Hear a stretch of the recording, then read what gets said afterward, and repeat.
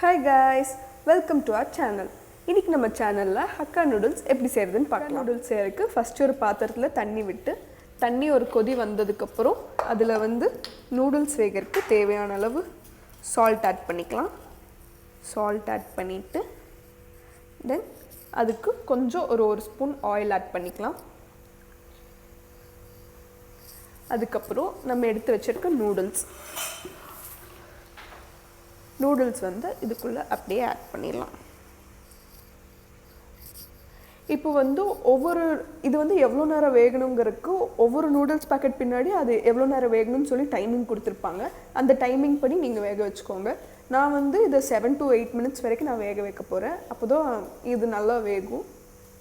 இப்போது நம்ம நூடுல்ஸ் வேகறதுக்குள்ள நம்ம செய்யறதுக்கு தேவையான வெஜ்ஜீஸ் எல்லாம் கட் பண்ணிடலாம். அதுக்கு வந்து நான் எனக்கு 2 கேரட், ஒரு half capsicum, அப்புறம் cabbage, ஒரு 3 பீன்ஸ், அப்புறம் ஃப்ரெஷ் பட்டாணி. இது கூட நீங்கள் என்ன வெஜ்ஜீஸ் வேணால் உங்களுக்கு எந்தெந்த வெஜ்ஜீஸ்லாம் பிடிக்குமோ அது எல்லாமே ஆட் பண்ணிக்கலாம். இப்போ நான் அதை கட் பண்ணிவிட்டு காமிக்கிறேன். இப்போது 8 minutes போல் ஆயிருக்கு. நம்ம நூடுல்ஸ் நல்லா வெந்துருச்சு. பார்த்திங்கன்னா இப்படி மஸ்ட்டு பார்த்தா இப்படி ஆச்சுன்னா நூடுல்ஸ் நல்லா வெந்துருச்சுன்னு அர்த்தம். இப்போ நம்ம கேஸ் ஸ்டவ் ஆஃப் பண்ணிவிட்டு இதை வந்து ஸ்ட்ரெயின் பண்ணிடலாம். ஸ்ட்ரெயின் பண்ணுறதுக்கு யூஸ் பண்ணி இந்த மாதிரி ஒரு ஸ்ட்ரெயினர் வச்சு ஸ்ட்ரெயின் பண்ணிடுங்க.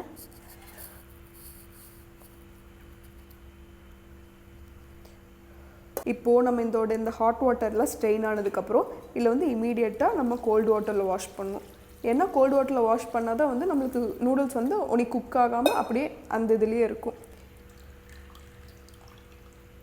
நீங்கள் வந்து டேரெக்டாக அதை சிங்கில் வச்சே பண்ணலாம். நான் உங்களுக்கு காட்டுறதுக்காக இப்படி ஒரு பிளேட் வச்சு செஞ்சுருக்கேன். இது நல்லா இப்போ ஸ்ட்ரெயின் ஆனதுக்கப்புறம் நெக்ஸ்ட்டு நம்ம ஆயில் ஊற்றி கலக்கிடலாம். இந்த மாதிரி நம்ம ஆயில் ஊற்றி கொஞ்சமாக விட்டால் போதும்.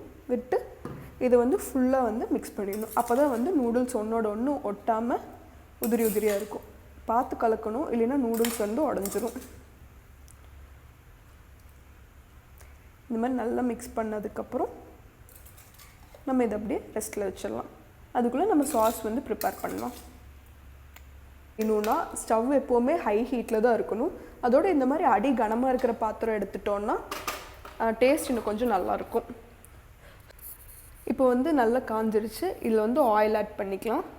ஆயில் எப்போவுமே இந்த மாதிரி சைட்லேருந்து ஆட் பண்ணணும். ஆயில் வந்து இந்த டிஷ்க்கு கொஞ்சம் அதிகமாக விட்டால் நல்லாயிருக்கும்.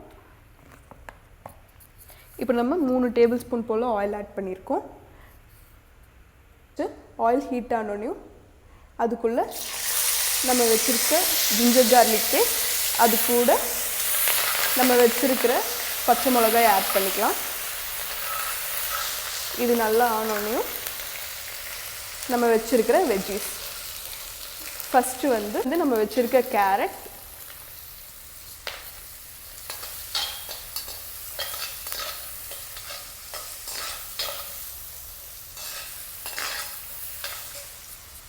அப்புறம் நம்ம வெட்டி வச்சுருக்க கேப்சிகம், அப்புறம் பீன்ஸ்,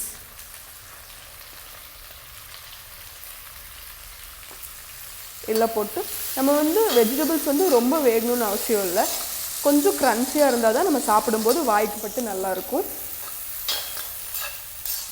நம்ம கேபேஜ் எப்போவுமே கொஞ்சம் கடைசியாக ஆட் பண்ணிட்டோம்னா அது இன்னும் கொஞ்சம் டெக்ஸ்சர் நல்லாயிருக்கும்.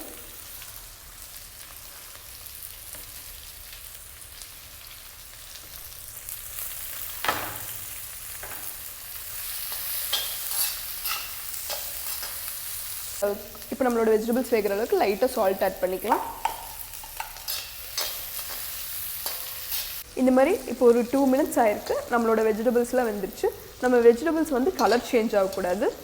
நம்ம வெஜிடபிள்ஸில் ஒரு ஓரமாக இது பண்ணிவிட்டு நம்மளோட எக்ஸ் இப்போ உடச்சி ஊற்றிடலாம்.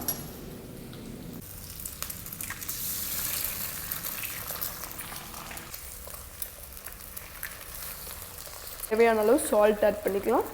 சால்ட் ஆட் பண்ணிவிட்டு இதை வந்து நல்லா மிக்ஸ் பண்ணிடலாம்.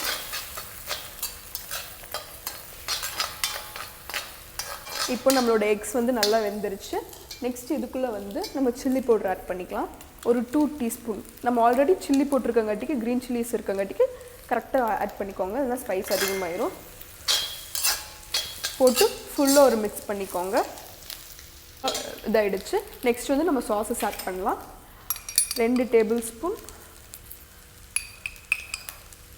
Tomato sauce, spoon green chilli sauce, அப்புறம் நம்ம சோயா சாஸ் ஆட் பண்ணிக்கலாம். சோயா சாஸ் வந்து டார்க்காக இருந்ததுன்னா நீங்கள் வந்து 1 டேபிள் ஸ்பூன் ஆட் பண்ணால் போதும். என்னோடது வந்து லைட் சோயா சாஸ், அதனால் வந்து நான் 2 டேபிள் ஸ்பூன் ஆட் பண்ணுறேன். நம்மளோட சாஸஸ் எல்லாம் ஆட் பண்ணியாச்சு. இதை ஃபுல்லாக ஒரு மிக்ஸ் பண்ணிக்கலாம். நெக்ஸ்ட் இது கூட நம்ம 1 டேபிள் ஸ்பூன் வினிகர் ஆட் பண்ணிக்கலாம்.